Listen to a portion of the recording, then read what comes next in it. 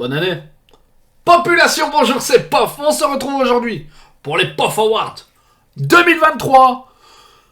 C'est la tradition, chaque année débute avec cette petite vidéo, avec mes propres sélections. Bon, il y a évidemment des choix qui paraissent plus logiques, d'autres c'est vraiment à l'appréciation personnelle. Tu seras peut-être d'accord sur tous les points, tu ne le seras peut-être pas, ça peut arriver, hein, écoute. Je sais pas si tu l'as remarqué, à chaque année, petit changement sur la chaîne, hein, nouvelle petite vidéo d'intro, nouvelle bannière. Voilà, un petit changement notable que j'apporte chaque année, histoire de... Voilà, de rajouter un petit coup de frais, tu vois, juste comme ça. J'espère que tu passeras un bon moment devant cette petite vidéo. Si c'est le cas, n'hésite pas à lâcher le petit pouce bleu. Le premier de l'année, ça ferait vachement plaisir. Et j'espère d'ailleurs que tu as mis le dernier de l'année sur ma vidéo top 10 de NXT. Abonne-toi si ce n'est pas déjà fait et que tu aimes le contenu de la chaîne. Et n'oublie pas d'activer la petite cloche si tu veux rien rater. Le mode univers va reprendre courant de la semaine prochaine. On va reprendre le On dit les termes. Parce que bon, ça fait 3 semaines que je ne l'ai pas sorti. J'avais dit à la base, ouais, je vais faire ça chaque semaine, machin. Ça fait déjà 3 semaines que je le fais pas, donc voilà, c'est pas très bien, mais bon, c'est comme ça. Et voilà, écoute, je pense que tout est dit. J'espère que tu as bien festoyé en famille, entre amis, ou tout seul, hein. Ça arrive. Que tu t'es bien bourré la panse, que tu as bien bu, avec modération, ou tout simplement comme tu as envie, hein. Écoute, je suis personne pour juger. Et voilà, on fera un petit bilan à la fin de la vidéo pour parler un petit peu de l'évolution de la chaîne durant l'année et des changements que j'aimerais apporter pour 2024, tu vois, histoire de se fixer quelques petits objectifs. Franchement, ce serait pas mal. Mais bon, trêve de blablatage, on va passer directement à la première catégorie. Et comme chaque année, les Pof Awards débutent avec la superstar masculine de l'année. Je préviens tout de suite, dans ce top, il y aura beaucoup de WWE parce que j'ai pas vraiment eu le temps de m'intéresser à d'autres fédérations. Oui, j'ai regardé de loin les pay-per-view de la AEW, quelques événements d'Impact Wrestling, un petit peu de New Japan, mais franchement, j'ai peut-être regardé 10 weekly hors WWE sur l'année à tout casser. Donc, ça peut pas vraiment rentrer en ligne de compte. Et si je veux te proposer une sélection vraiment objective, je vais pas te parler de choses que j'ai pas suivies. Ça paraîtrait, je vais dire, hypocrite de ma part, donc je vais pas le faire. Et voilà, fin du disclaimer, et on passe directement à l'homme qui a eu la meilleure année en 2023 selon moi, c'est Seth Rollins.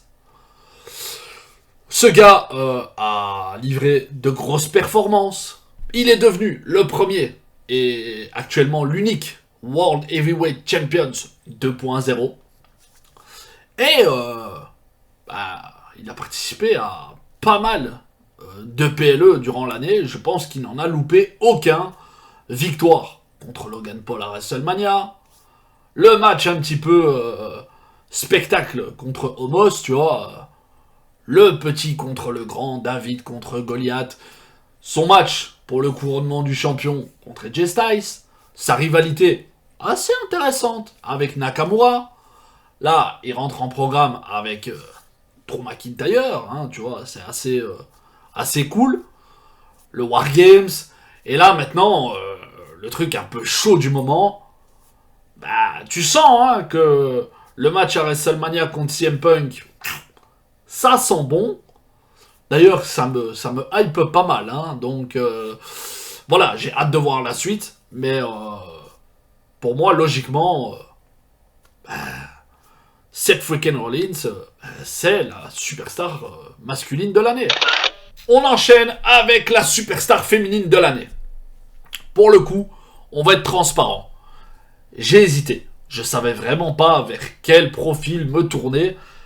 Parce que, honnêtement, Voilà, la division féminine, cette année, j'ai pas trouvé que c'était quelque chose de fou. On a eu des bonnes rencontres, hein, attention, je vais pas dire ouais c'est de la demeure, machin. Non, c'est pas ce que j'ai dit. Mais voilà, je dois avouer que la gestion de la division féminine du côté de la WWE, ben, c'est pas sa meilleure année.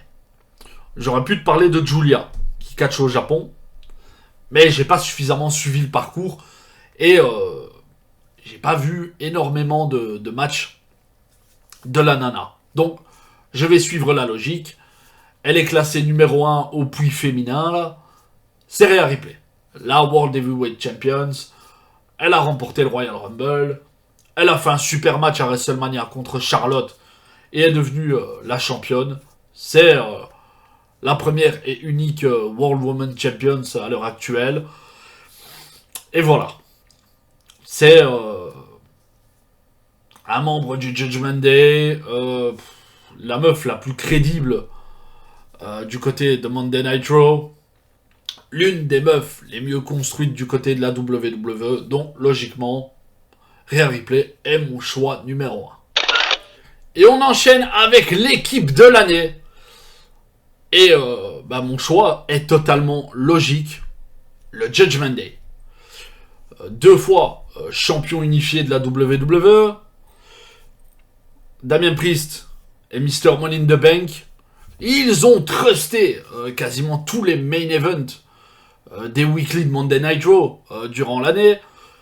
Le Judgment Day a clairement succédé à la Bloodline en tant que faction dominante du côté de la WWE. Donc, logiquement, c'est la meilleure équipe de l'année. Même si, voilà, le booking est un petit peu... tu vois, fourre-tout, parce que tu mets du Judgment Day à toutes les sauces. Ils sont vraiment là dans tous les segments importants du côté du show rouge. Voilà, ça me gonfle un peu parce que ça tourne pas assez à mon goût. Mais il faut avouer que les membres sont crédibles. Là, ça concerne particulièrement Damien Priest et Finn Balor. Mais on n'oublie pas la superstar féminine de l'année, Rhea Ripley. Le petit dodo, J.D. McDonagh, qui les a rejoints il y a quelques mois. Et là, maintenant, le meilleur membre du Judgment Day, R-Truth. Donc non, trêve de conneries. Le Judgment Day, c'est une top équipe. Finn Balor, c'est vraiment un des meilleurs, selon moi, un des meilleurs performeurs et techniciens actuels à la WWE. Le gars mériterait d'avoir un statut vachement au-dessus de ce qu'il a actuellement, selon moi. Parce que bon, on sait tous que c'est Mami qui mène le jeu, même si Priest semble penser le contraire, mais on sait que c'est Rhea Ripley le leader en termes de charisme et tout. Mais voilà, avec une meilleure construction, un meilleur booking, je trouverais pas choquant, par exemple, de voir un Finn Balor avoir le statut actuel d'un Seth Rollins, tu vois. On enchaîne avec la bonne surprise de l'année. Et on va pas laisser planer de suspense. C'est le retour de CM Punk à la WWE. Bordel, c'est incroyable. Bon, on avait quelques rumeurs, mais depuis son départ de la AEW, t'avais droit à une nouvelle rumeur chaque jour. Avant que CM Punk rejoigne la AEW, on parlait de CM Punk limite toutes les semaines. Mais là, c'est fait. On pensait que c'était impossible. Mais il est bien là. Le Kid de Chicago est revenu au Survivor Series, chez lui, à Chicago. Oh, le programme, je l'ai dit plus tôt dans la vidéo, mais ce programme, qui est déjà cousu de fil blanc, contre Seth Rollins, j'en salive d'avance. J'ai hâte de les voir s'affronter à WrestleMania. On va pas se mentir. Punk fait partie des gros favoris pour remporter le Royal Rumble à la fin du mois. Je serais pas surpris que ça arrive. Et je serais encore moins surpris de le voir main eventer la nuit 1 de WrestleMania contre Rollins pour le World Heavyweight Championship. Bordel, j'ai hâte, c'est incroyable. 5e catégorie. Et c'est la petite déception de l'année. Bon, c'est une tradition. Chaque année, la WWE effectue une vague de licenciements. Donc tu as des membres du staff, du personnel et évidemment des superstars du roster qui passent à la trappe. Et il y a un départ qui m'a déçu, je dirais même un petit peu affecté. C'est le show-off Dolph Ziggler. Oui, on va le dire tout de suite, Dolph Ziggler était loin d'être un des gars les mieux considérés à la WWE, surtout durant les dernières années. Aucun programme intéressant, il gravitait même pas autour d'un titre, même mineur, il n'y avait rien, franchement. Mais le gars était là, je vais dire, en tant que Dolph Ziggler, depuis 2009, c'est un vétéran du côté de la WWE, une valeur sûre. Et le fait qu'il parte comme ça, voilà, ça m'a dégoûté. Franchement, j'avais un seum incroyable. Alors oui, hein, je pourrais dire Edge est parti parce que Edge est ma superstar favorite. Mais le gars a rebondi rapidement du côté de la EW, où il a un programme, je vais dire, divertissant contre Christian Cage. Je vais spoiler, je m'en fous. Hein. Ici, lors du dernier événement de l'année, il remporte le titre TNT. Là, t'as le mec masqué, là, Luchasaurus, là, qui a un autre nom, là, Switchblade, ou Kill Switch, ou je sais plus comment il s'appelle, qui débarque avec son contrat. Christian lui dit non, tu me le donnes. Hop, Spear, bam. Christian récupère le titre. Edge a eu un règne de champion TNT de 30 secondes. Mais pour Ziggler, c'est autre chose. Le gars, il a toujours pas combattu nulle part. J'ai vu qu'il avait un match annoncé dans une petite structure là. Mais voilà, j'ai le seum. Franchement, je suis dégoûté. Et c'est clairement ma petite. Je vais même pas. C'est parce que c'est le titre, tu vois, depuis le début. Mais c'est pas ma petite déception. C'est une putain de grosse déception. Une frustration de fou. On enchaîne avec le push de l'année. Je dois t'avouer que pour cette catégorie, j'ai hésité entre deux gars de deux structures différentes. D'un côté, Swerve Strickland de la AEW, et de l'autre, l'homme que j'ai sélectionné, Dominic Mysterio à la WWE. Mais avant de parler du petit Dom-Dom, parlons un petit peu de l'autre protagoniste.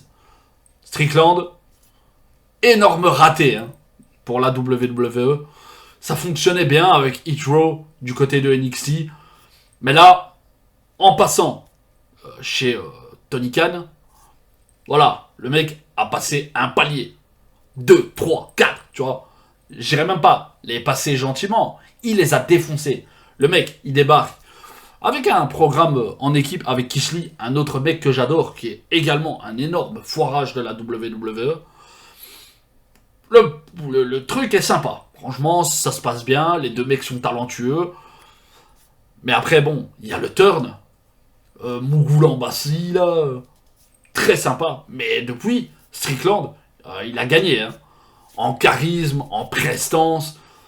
Il est devenu énorme. Je ne serais pas surpris de le voir champion du monde dans les années à venir du côté de la EW. Franchement, ce serait mérité s'il continue sur sa lancée. Le gars est incroyable. Mais de l'autre côté, tu as Dominic Mysterio. Dominic Mysterio, c'est beaucoup plus concret.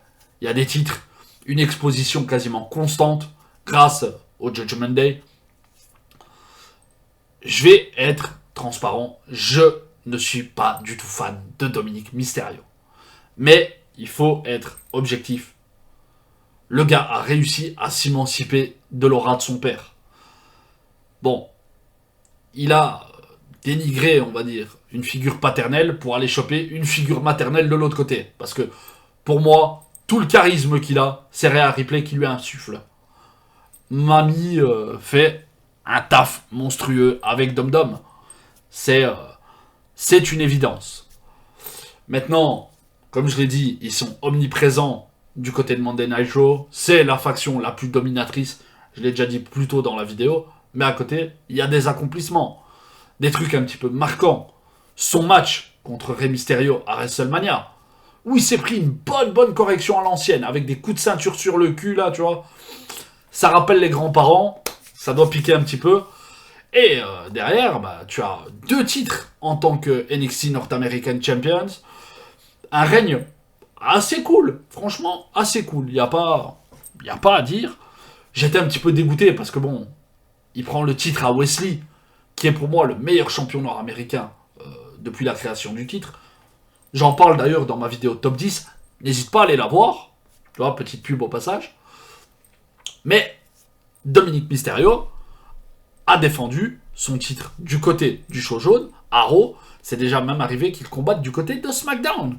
Donc, franchement, voilà, le règne est conséquent, est bien fourni. Donc, franchement, c'est une très bonne année.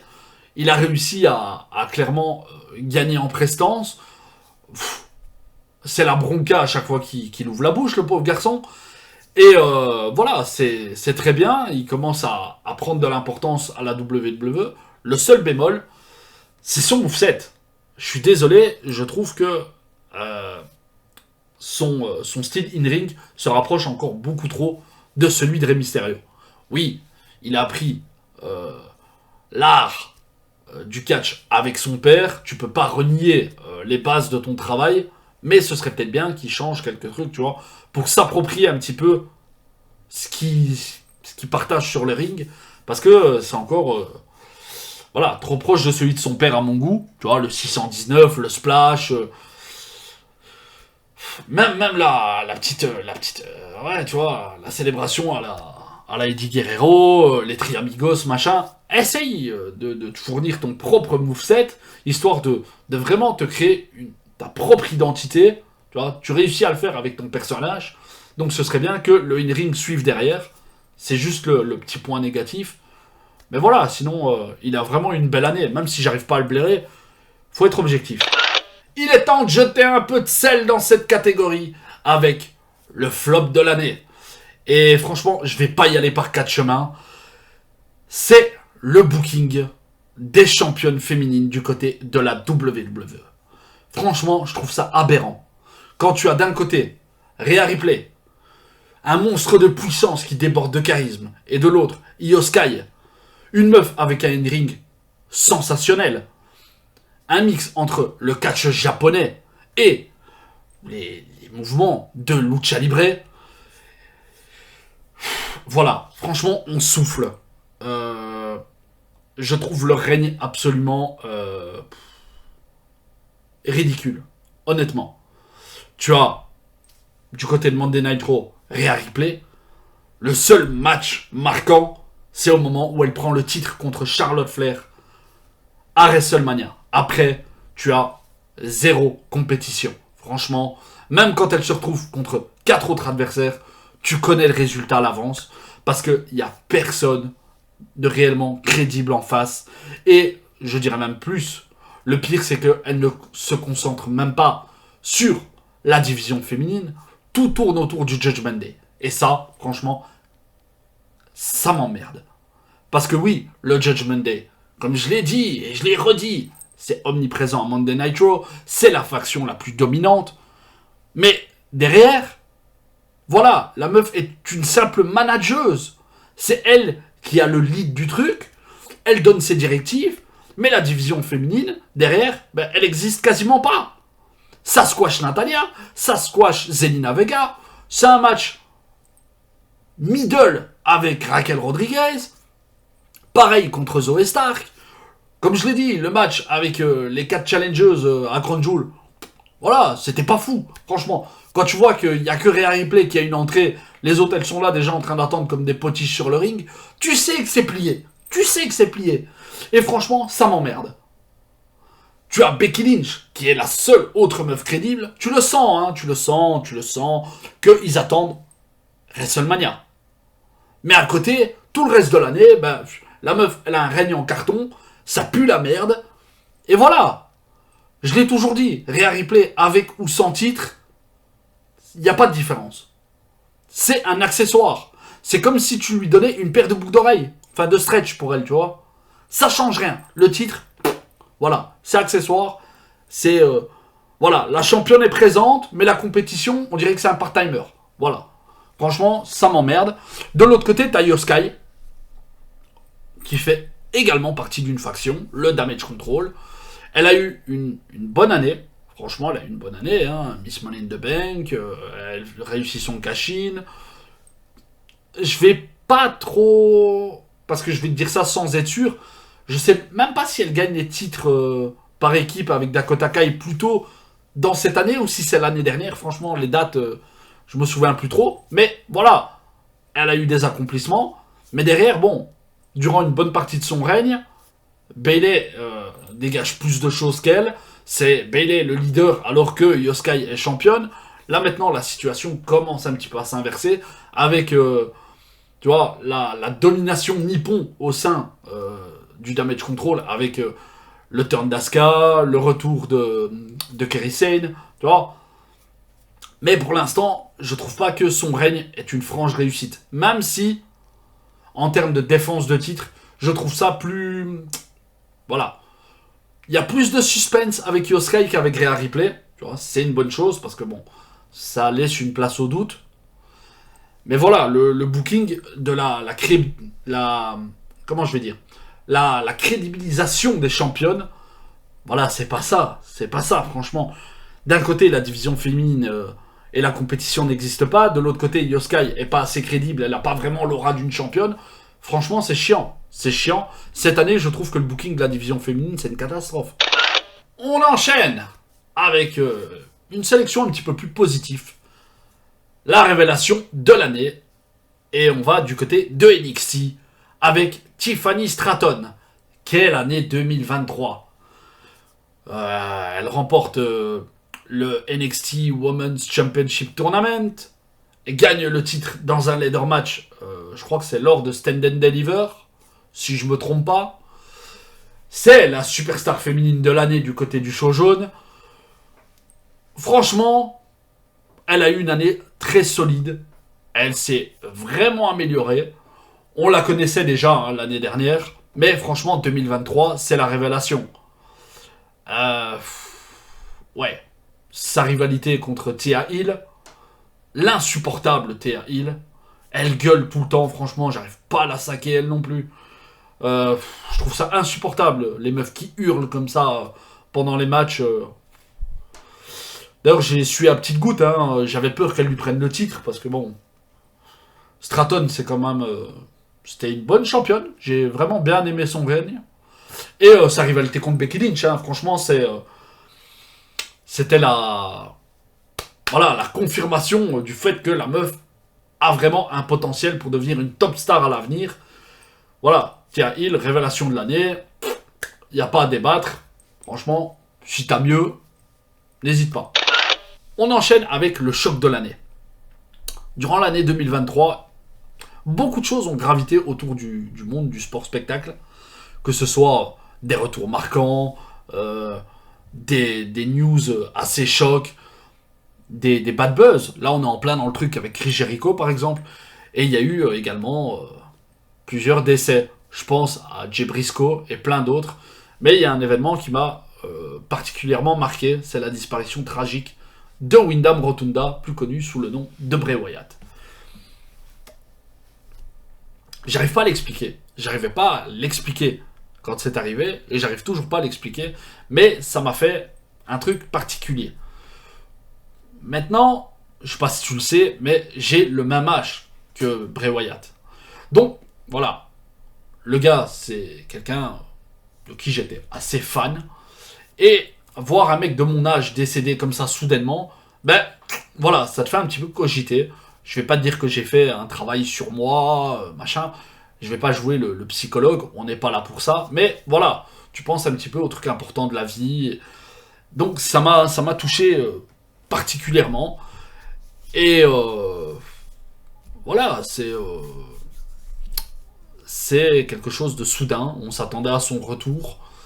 C'est un esprit créatif qui m'a vraiment fasciné. La Wyatt Family, le Fiend... Là, son retour, je comprenais rien du tout à ce qui se passait, parce que franchement, c'était énigmatique, ça n'avait pas vraiment de sens, mais c'était fascinant, parce que c'était Bray Wyatt. Le gars savait, tu vois, t'emporter dans son délire, tu vois, et je pense que le monde du divertissement sportif ne connaîtra plus jamais un esprit aussi créatif que celui-là. Avant-dernière catégorie, la rivalité de l'année. Cette histoire avait déjà commencé durant l'année 2022. Mais c'est durant l'aftermatch du main event de Royal Rumble que cette histoire implose. Sami Zayn contre la Bloodline. J'ai trouvé ce segment totalement incroyable. Pour moi, c'est l'un, voire le meilleur segment des 10 dernières années à la WWE. L'acting de chaque protagoniste était juste fantastique. L'attitude de Sami Zayn, la détresse de Roman Reigns, la froideur de Solo et Jimmy, la tristesse de Jey Uso. Évidemment, l'acting de Paul Heyman était juste incroyable. Bon, on va quand même parler de Kevin Owens qui était inconscient sur le sol, attaché avec des menottes. Voilà, tout ça c'est la conclusion parfaite d'une histoire qui a déjà fait vibrer l'année 2022, du moins une bonne partie. Et ensuite, bon, tout ça, Sami Zayn contre Roman Reigns à Elimination Chamber. Le main event de la nuit 1 de WrestleMania entre Kevin Owens et Sami Zayn et Jimmy et Jey Uso. J'ai trouvé toute cette histoire juste... Voilà, c'était un sans faute. Après, par contre, voilà, une fois que la Bloodline et Sami Zayn, voilà, c'est un peu de l'histoire ancienne. Voilà, pour moi, c'est un peu moins bien. C'est tiré en longueur et moi, je l'ai toujours dit, j'aime la Bloodline. Quand la Bloodline est contre quelqu'un, pas quand la Bloodline se tape dessus. Voilà, pour moi, la Bloodline, ça doit rester uni. C'est... Maintenant, bon, tu as Main Event Jey Uso qui est à Monday Night Raw, les autres continuent leur petit bout de chemin, Roman Reigns vient quand il a envie, Solo Sikoa, voilà, c'est un peu la plante verte qui tape tout le monde. Et t'as Jimmy qui est la baltringue de service. Voilà. Dernière catégorie, le match de l'année. Et franchement, cette catégorie, c'est une exception parce que c'est pas la WWE qui remporte ce dernier prix. Il faut aller au Tokyo Dome. Wrestle Kingdom 17. Will Ospreay défend son IWGP United States Heavyweight Championship face à Kenny Omega dans un banger de presque 35 minutes. Que dire de ce match? C'était fantastique, que ce soit dans ou hors du ring. Les deux gars nous ont sorti tout leur arsenal. C'était intense, technique, percutant, fascinant, hallucinant. Franchement, tu vois, je peux en dire. Et pourtant, j'en ai vu des matchs qui étaient cool. Carmelo Hayes, Ilya Dragunov, Swerve Strickland, Hangman Page, Ilya Dragunov, D-Jack, Gunther, Chad Gable. Il y a eu énormément de très bons matchs cette année. Mais pour moi, cette guerre entre Will Ospreay et Kenny Omega les surpasse tous. Donc si tu l'as pas vu, franchement, va te régaler. Si tu as 35 minutes à consacrer à un chef-d'œuvre, vas-y. Franchement, vas-y. J'ai rien de plus à dire. Ce match était complètement fou. Population, tu connais à présent les vainqueurs de chaque catégorie de mon Pop Forward 2023. Et avant de se laisser, on va faire un petit bilan rapide et je vais te parler des projets que j'aimerais amener courant 2024 sur la chaîne.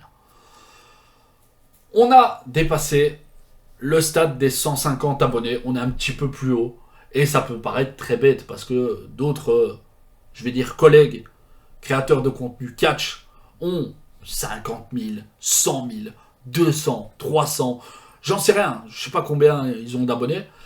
Mais moi, à ma petite échelle, me dire que un petit peu plus de 150 personnes ont cliqué sur une de mes vidéos au hasard et s'est dit « Ah bah tiens, ce gars, il dégage un truc. Son contenu est intéressant. Ou bah il est marrant, franchement. Le mec, il est un un peu borderline, un peu cru, il parle comme sa bouche est faite, tu vois. Je vais m'abonner, je vais suivre, eh ben, ça me conforte dans l'idée que je m'investis pas pour rien. Parce que l'air de rien, pour toi, une vidéo, c'est un quart d'heure, 20 minutes. Le mode univers, ça peut être 1 heure. Un PLE du mode univers, ça peut être 2 heures. Mais c'est beaucoup plus de temps, de travail, de montage. Donc, tu vois, c'est du temps que je passe pas avec mes amis, Madame Poff, ou simplement bah, chiller, tu vois, devant la télé. Non, je suis derrière mon PC, en train de bosser dessus. Et voilà, le fait de voir que ça plaît, bah, je me dis, je fais pas ça pour rien. J'ai pas la prétention de devenir un nouveau Inoxtag, Squeezie, machin, à me faire des millions.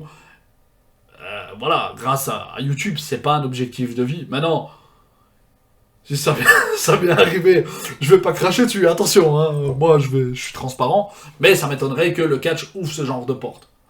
Hein, c'est vraiment un contenu qui intéresse un public de niche, j'en suis conscient, et c'est pas un objectif pour moi. Moi, je suis là pour faire mon mode univers, créer un petit peu mon truc, partager avec toi, créer d'autres contenus, et tu vois, échanger. Maintenant, en 2024, j'aimerais apporter autre chose. D'autres trucs. Toujours en rapport avec le catch, attention. Mais j'aimerais faire des vidéos FAQ ou Unpopular Opinion. Mais ça dépend pas de moi. Ça dépend de toi. Parce que, oui, la communauté commence à grandir doucement, mais on peut pas dire que tu sois très, tu vois, dans l'échange. Parce que moi, je te donne du contenu, mais j'ai très peu de pouces bleus. Bon, je cours pas après, mais bon, c'est toujours bien. D'ailleurs, lâche ton petit pouce bleu. Le pouce bleu, les commentaires, ça pourrait m'aider, tu vois, me donner des indications vers où aller. Et je mets par exemple un truc dans le mode communauté, j'ai 5 votes. Je vais pas faire une vidéo, une popular opinion ou FAQ avec 3 questions. Ce serait complètement stupide. Ou alors ça va me prendre 2 ans pour avoir un truc pour faire une vidéo. Ça sert à rien. Donc ça dépend de toi, pas de moi. Maintenant, si ma chaîne, pardon, commence à gagner en popularité, bah, si je réussis à, par exemple, faire un feat avec d'autres créateurs de contenu. Pour moi, les feats, c'est quelque chose que je trouve fascinant. Ça permet à une communauté de, par exemple, connaître quelqu'un, une autre chaîne, un autre créateur de contenu, et ainsi de suite. C'est toujours cool. Franchement, c'est des portes qui s'ouvrent. Et ça, j'ai l'opportunité de le faire. Je peux te dire que je saute dedans, mais à pieds joints. Donc, maintenant, derrière, j'aimerais apporter d'autres trucs. Je ne sais pas si tu l'as remarqué, si ça se voit à la caméra, mais tout ça, tu vois, c'est des pay-per-view sur le catch. J'aimerais faire des vidéos qui retracent un petit peu les gros pay-per-view de la WWE, de l'histoire, tu vois. Ça pourrait être sympa à faire. Mais ça, j'en ferai certainement une fois en one shot, et en fonction du retour que j'en ai, tu vois, le nombre de vues, les pouces bleus, peut-être les commentaires, tu vois, si tu te décides à un moment, tu vois, je serais me dire, est-ce que ça vaut la peine que j'en fasse une de façon, tu sais, chaque mois, ou ainsi de suite. Ça également, ça dépend pas de moi. La première, oui, je vais la faire, mais derrière, ce sera en fonction des retours, et ainsi de suite. Bon, je suis un gros fan de gaming. Donc, pourquoi pas amener une catégorie let's play sur d'autres trucs que Touquet. Tu vois, je me dis pourquoi pas faire une fois un Pokémon. Ça pourrait être chill, ça pourrait être tranquille. Ou d'autres jeux narratifs pour pas se prendre la tête. Juste pour chiller, passer un bon moment derrière ton écran. Et voilà. Maintenant, j'ai vu que mes vidéos top 10 avaient plutôt bien marché. Donc, pourquoi pas faire d'autres vidéos top 10, que ce soit par rapport au catch ou autre. Tu vois, je suis un gamer depuis des années, donc pourquoi pas te sortir à un moment donné ma vidéo avec mes 10 jeux favoris de toute l'histoire, tu vois. Ou, voilà, j'en parle jamais, mais je suis un sérivore de fou. J'adore regarder les séries télé. Donc, pourquoi pas une fois te sortir mon top 10 de mes 10 séries favorites de toute l'histoire. À voir. Donc, j'ai des idées qui me traversent l'esprit. Je me dis, ça peut être sympa. Ça peut diversifier un petit peu le contenu de la chaîne, même si ça restera toujours centré sur le catch. Euh, Même si c'est pas les vidéos qui fonctionnent le plus, le cœur de ma chaîne, c'est le mode univers. Et je pense que ça le restera tout le temps, tu vois. Ça, c'est quelque chose. Moi, je m'éclate à faire. Dans ma tête, j'ai plein de scénarios qui fusent. Je vois sur le long terme, hein, je prends des notes, je crée déjà des cartes sur 3 mois. Tu vois, histoire d'avoir des scénarios cohérents tu vois, qui te permettent de suivre une histoire intéressante sur le long terme et ainsi de suite. Donc, voilà, c'est quelque chose dans lequel je m'investis en temps, dans ma tête, je vois des trucs sur le... Vraiment, tu vois, long terme, long terme. Donc, on verra bien. Cette bilan projet prend beaucoup trop de temps. Mais voilà, j'espère que tu as passé un bon petit moment devant cette première vidéo de l'année. Bon, si c'est le cas, je le redis, hein, le petit pouce bleu, n'hésite pas à bastonner, à t'abonner si c'est pas déjà fait et que tu aimes le contenu. Active la petite cloche si tu veux rien rater, que ce soit les projets qui existent déjà ou les trucs qui vont arriver par la suite. Je te souhaite encore une fois tous mes vœux et j'espère que tous tes projets pour 2024 vont se réaliser. Et on se retrouve très bientôt. C'était Pof, plein de bisous et salut.